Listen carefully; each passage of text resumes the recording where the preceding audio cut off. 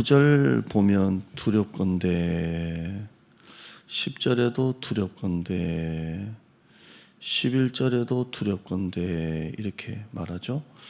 이제 저자가 이제 말하는 대상에게 이 잠언을 읽는 사람들에게 하는 말이에요. 나는 두렵다. 나는 두렵다 이 말이에요. 나는 두렵다. 왜냐하면 네 존영이 남에게 뺏기고 9절에 네가 수완이 잔인한 자에게 뺏기고 10절에 타인이 네 재물로 넘어가고 수고한 것이 외인의 집에 있고 11절에 네가 나중에 후회할까 봐 내가 두렵다 이렇게 말하죠. 두렵다입니다. 그러면 이 잠언 저자가 내가 네가 그렇게 될까 두렵다라는 말은 그걸 알고 있다는 거예요. 모르고 있다는 거, 알고 있다는 거. 이 사람의 끝이 어떻게 될 거라는 게 눈에 보이는 거예요. 그러니까 나는 네가 두렵다, 두렵다 이렇게 합니다. 목회자가 성도를 위해서 기도하잖아요. 기도하면 이제 그런 성도가 있겠죠. 기도하다 보면 큰일 나는데 저러다가 큰일 나는데 여러분이 일반 병원 가면 그 사람은 여러분의 몸을 고치지만 목사는 여러분의 영혼을 계속 건드리는 거잖아요. 그래서 설교를 통해서 여러분의 영혼이 잘 바로 서게 건강하게 만드는 거잖아요. 근데 여러분이 의사가 여러분에게 이 약 안 먹으면 안 된다고, 지금 혈압이 높아가지고 이 약 끊으면 안 된다 그러면 여러분 이 약 먹을 거예요? 안 먹을 거예요? 자다가도 아이고 먹을 거잖아요. 이 약 안 먹으면 안 된다고. 근데 여러분은 목사 말은 잘 안 들은 것 같아요. 목사가 뭘 처방해요? 기도해라. 기도해야 된다. 예배 열심히 나와라. 순종해라. 우리가 설교를 가지고 여러분에게 처방하잖아요. 지난주 베드로 설교처럼 옛날 방식이 더 이상 통하지 않을 때 항복하자. 근데 여러분은 의사 말은 잘 듣는데 목사 말은 잘 안 듣는 것 같아요. 그러니까 여기 9절, 10절, 11절에 나는 네가 그렇게 될까 두렵다. 그렇죠? 9절에도 빼앗기게 될까 하노라. 10절에도 남의 집에 있을까 하노라. 이렇게 말합니다. 유혹을 당하는 자는, 내가 거기에 빠져 있는 사람은 몰라요. 아무리 얘기해도 안 돼요. 그런데 밖에 있는 사람은 보이는 거예요. 우리가 보면 뭐 이것 때문에 힘들고 저것 때문에 힘들고 저것 때문에 못하겠고 이것 때문에 그만두겠다라고 하는 분이 있잖아요. 근데 옆에서 딱 이렇게 보면 그게 다른 사람만의 문제가 아니라 자기한테도 문제가 있는 거예요. 그런데 자기는 안 보이는 거예요. 남은 보이는 거잖아요.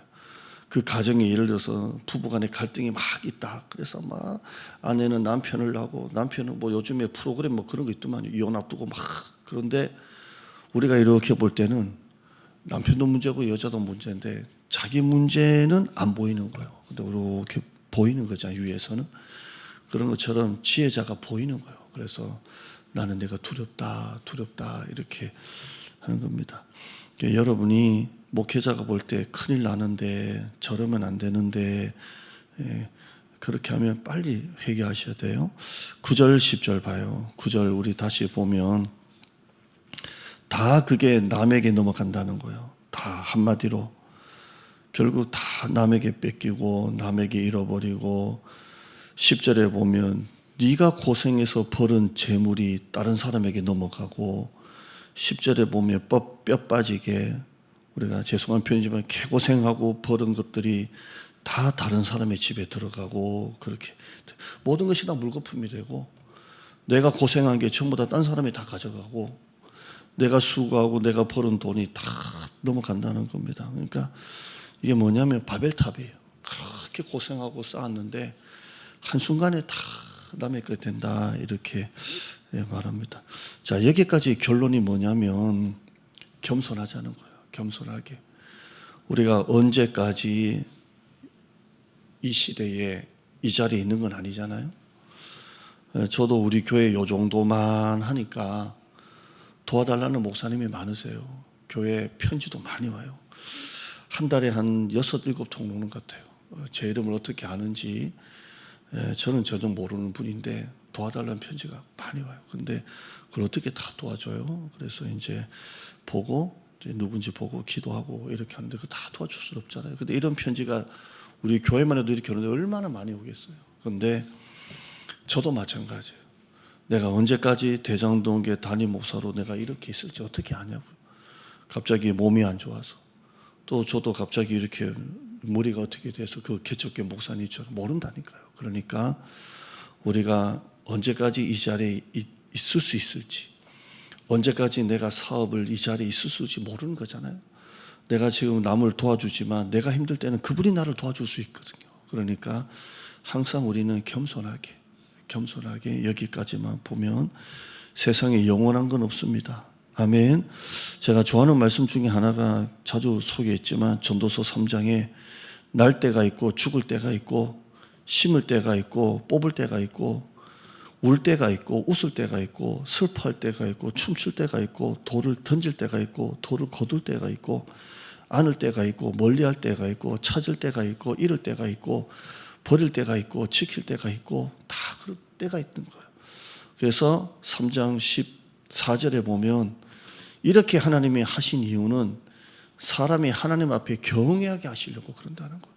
인생을 모르기 때문에 그냥 엎드리고 하는 겁니다. 한나는 뭐라고 말했냐면 하나님은 높이기도 하시고 낮추기도 하시고 살리기도 하시고 죽이기도 하시고 이렇게 돼 있어요. 그러니까 지금 내가 어렵다고 해서 계속 어려운 것도 아니고요. 하나님 올려주세요. 또 내가 지금 여기 있다고 계속 이 자리에 있는 거 아니고요. 또 내려가는 거예요. 정치 권력도 보면 다 그러잖아요. 그러니까 항상 우리는 겸손하게 말씀으로 사는 거예요. 아멘.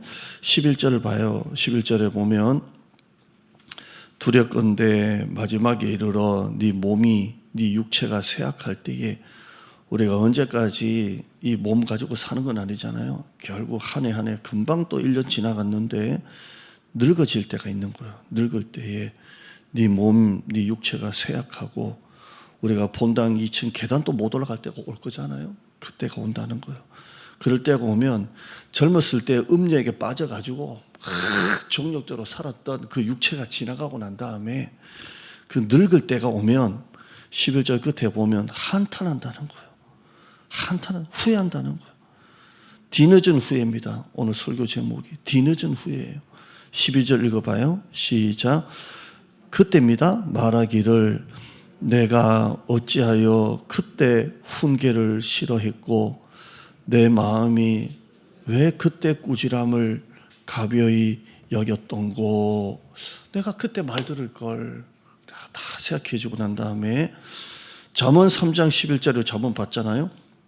내 아들아 여호와의 징계를 경히 여기지 말라. 그 꾸지람을 싫어하지 말라. 이렇게 되어 있습니다. 한번 따라해요. 꾸지람을 싫어하지 말라. 여러분 꾸지람인데 싫어한다는 말이 뭐냐면 기분 나빠한다는 거예요. 아니 내가 알아서 할 건데 왜 꾸지람을 싫어하지 말라입니다. 꾸지람을. 여러분도 그럴 거예요. 위로 설교보다 위로 설교가 좋지 꾸지라는 설교는 한두 번 해야죠. 꾸지람을 싫어하지 말라는 기분 나빠하지 말라 되어 있고요. 13절 봐요. 13절 그때를 해상하는 겁니다. 내가 시작. 그때 내 선생의 목소리를 왜 내가 청종하지 아니하고 그때 왜 나를 위해 가르치는 이에게 귀를 기울이지 아니하였던고. 후회하는 거예요. 왜 그때 내가 엄마 말 들을 걸, 그때 내가 선생님 말 들을 걸, 왜 그때 내가 목사님 말을 들을 걸. 그 말이에요. 자, 한번 보시면 여러분 운전하다 보면 이게 공사한다고 아니면 길이 끊어졌다고 막 이렇게 뭐죠? 이 빨간색 팍 세워진 거 있잖아요. 여기는 절대 위험하다고. 그럼 여러분 운전하다가 그걸 탁탁탁탁탁 볼 거야. 근데 이게 막 이게 오기가 나가지고 뭘 이런 데다가 경고판을 갖다 놓냐고 그냥 밀고 들어가면 어떻게 돼요? 결국 빠져 죽어요. 여러분 등산하다 보면 여기는 진입 금지라고 막 줄쳐놨잖아요. 근데 그거 무시하고 에이 지름길인데 라고 올라가면 죽는다니까요. 그러니까 하나님이 우리에게 계속 메시지를 보내지 않는 게 아니라 훈계가 없었던 게 아니라 뒤돌아보면 내가 그걸 기분 나빠하고 가벼이 여기고 내 방법대로 했기 때문에 이렇게 되는 거예요. 그러니까 오늘 여러분들이 이 새벽에 이 말씀을 통해서 하나님이 뭔가 나에게 계속 주시는 말씀이 있다면 그건 하나님이 주시는 메시지예요. 아멘. 그래서 여러분이 그때마다 방향을 바꾸고 그때마다 회개하고 그때마다 하나님 앞에 항복하는 여러분 되길 바랍니다. 기도해요. 하나님 감사합니다. 오늘 설교 제목이 뒤늦은 후회입니다. 왜 내가 그때 꾸지람을 가벼이 여겼던 거, 왜 내가 그때 싫어했던 거, 왜 내가 그때 멀리했던 거, 내가 왜 그때 선생님, 부모님, 선지자, 목사님 말을 안 들었던 거, 뒤늦은 후회입니다. 내가 뼈 빠지게 고생하고 평생 청춘을 바친 것들이 다른 사람에게 갈 수도 있다고 하고 있습니다. 오늘 이 말씀이 나는 네가 두렵다, 그렇게 될까 하노라 하는 주님의 마음으로 알고 혹시 내 마음에 기도하다 보면 하나님이 주시는 게 있습니다. 그때마다 하나님이 고치라고 주시는 말씀이 있습니다. 그때마다 또 회개하고 또 하루를 살고 또 그때마다 회개하고 하나님께로 돌아가고 훈계가 없었던 게 아니라 꾸지람이 없었던 게 아니라 내가 가벼이 여기고 내가 경히 여기고 기분 나빠하고 싫어했던 결과입니다. 오늘 하나님 말씀 앞에 또 항복하고 엎드리고 주여 나를 인도하여 주시옵소서. 주님의 말씀이 나를 끌고 가시고 또 나를 깨뜨리시고 또 회개합니다. 이런 마음으로 새벽에 기도하게 하여 주시옵소서. 나라를 하나님 꼭 기억하여 주시고 이 나라 하나님이 왕이 되시고 주관자가 되시고 이 나라 국민들을 불쌍합니다. 우리나라 사람들 싸우지 말고 뉴스도 가만히 보면 다 이쪽 저쪽 선동하는 것 같고 뭔가 격투기 같은 느낌이 듭니다. 이 나라 국민들 싸우지 말고 서로 하나가 되어서 우리 이 나라를 위해서 기도하고 또 한국교회가 깨어 기도하는 우리 모두가 되게 하여 주시옵소서. 오늘 밤에도 함께 예배 드리면서 주님의 자리에 다 나오는 성도 되게 하여 주시고 성탄절, 올해 성탄절은 다른 성탄절보다 서로 위로하고 축복하고 환하게 한 해 동안 웃으면서 마무리 잘하는 성탄절 발표에 또 다음 주에 그 다음 주간에 한 해를 마무리하고 시작하는 송구 영신 예배까지 우리의 마음이 주를 향하게 하시고 1월 첫째 주부터 담임 목사가 설교하면서 부흥회합니다. 다 말씀으로 한 해를 시작하게 하여 주시옵소서. 예수님의 이름으로 기도드리옵나이다. 아멘.